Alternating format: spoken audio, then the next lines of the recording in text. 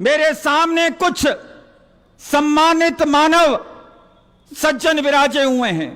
आपके मस्तिष्क पर यह अभिषेक जो के को वनमाला के व्याकरण में समाहित करते हुए सत्य की परिकाष्ठा को संपूर्ण रूप से प्रतिपादन करने का एक जनप्रतिनिधि का जो कर्तव्य होता है उसको निष्पादन करने का मैं आपके बीच में साहस कर रहा हूं।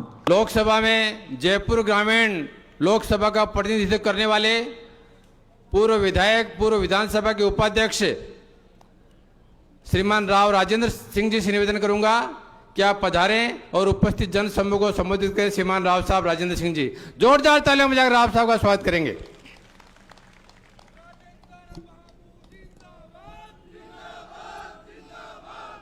इस सौर मंडल का सबसे उत्तम ग्रह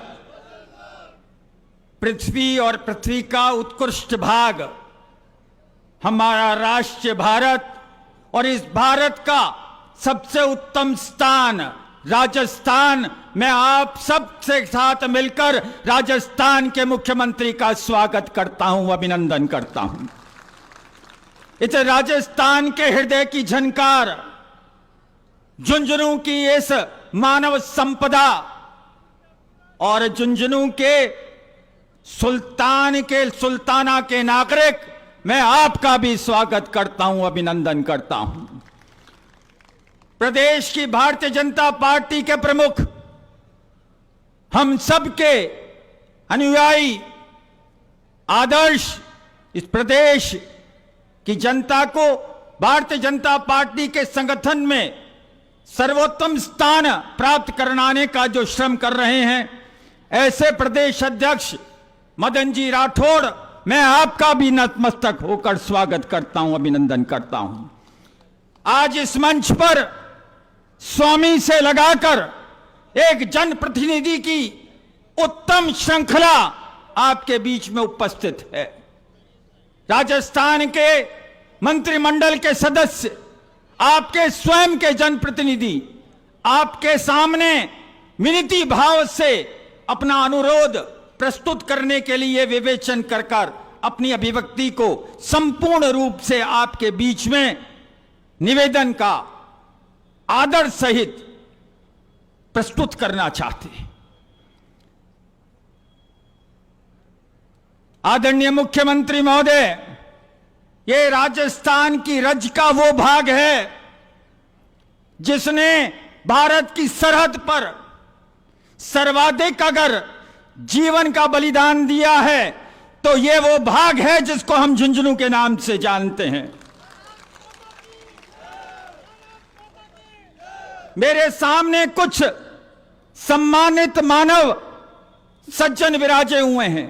आपके मस्तिष्क पर यह अभिषेक जो आपके सेना का, उस व्यवस्था का उत्तम अलंकरण है, आपकी उपस्थिति में अभिव्यक्ति के इस वाक्य को वनमाला के व्याकरण में समाहित करते हुए सत्य की परिकाष्ठा को संपूर्ण रूप से प्रतिपादन करने का एक जनप्रतिनिधि का जो कर्तव्य होता है उसको निष्पादन करने का मैं आपके बीच में साहस कर रहा हूं।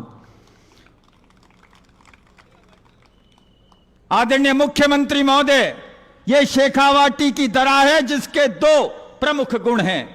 जब सरहद पर किसी दुश्मन की आखेट होती है तो अपने लहू से इस सरजमी को सजीचते हैं, और ये यहाँ का काश्तकार, ये यहाँ का किसान, ये यहाँ का अन्नदाता, अगर ये प्रकृति भी प्रतिकूल हो जाती है तो अपने श्रम के समाधान से, अपने परिश्रम के पसीने से उस प्रकृति को भी इस बात के लिए प्रेरित कर देते हैं कि इस धरा से अन्न का दाना इस सेना के उस कण तक जाए और इस मानव संपदा को अपने पुष्टि के लिए उत्तम अनिका से सुजदित करे। ये दोनों अपने अपनी जगह योद्धा हैं। यहां का अन्नदाता भी योद्धा है और यहां का वो नौजवान, वो सेना में दुर्लभ स्थिति के अंदर जो भारत को सुरक्षा प्रदान कर रहा है वो भी योद्धा है। आज आदरणीय आपका सब नाम लेते हैं मुख्यमंत्री भजनलाल, लेकिन मैं आज आपके सामने एक अलंकरण और प्रस्तुत कर रहा हूं।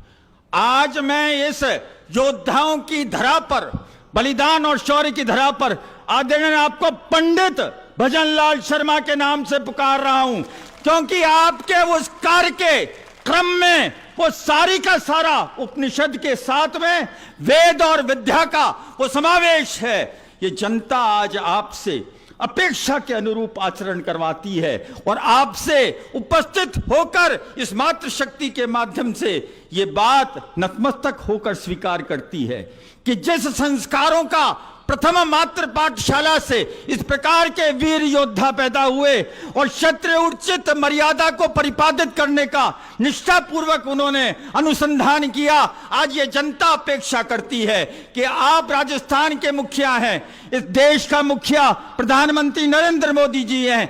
हमें आपसे ये अपेक्षा है कि हम स्वाभिमान और सम्मान से इस रज को और इस रज के स्थान को, झुंझुनू को विकास के मार्ग पर प्रशस्त करना चाहते हैं। आपका सहयोग अपेक्षित है, आपका साथ अपेक्षित है और पंडित भजनलाल शर्मा आपकी उपस्थिति इस बात को दर्शाती है कि जिस दृश्य को देखने में हम 5 से 7 दशक से लालायित थे, वो दृश्य अगले 5 वर्ष में हमें देखने को मिलेगा। मैं यही बात कहते हुए अपनी वाणी को विराम देता हूं। मेरा नाम भी राव राजेंद्र सिंह शेखावत है। मैं भी शेखावाटी के रज का एक मानव जीव हूं और आप लोगों के सामने नतमस्तक होकर अपनी अभिव्यक्ति के विवेचन के माध्यम से यह निवेदन करने आया हूं। इस प्रार्थना को स्वीकार करना, इस जनतंत्र के पर्व पर इस आज के इंद्र राजेंद्र को निर्वाचित कर आप अपना आशीर्वाद प्रदान करना। मैं यही बात कहते हुए अपने बात को विराम देता हूं। जय हिंद, जय भारत।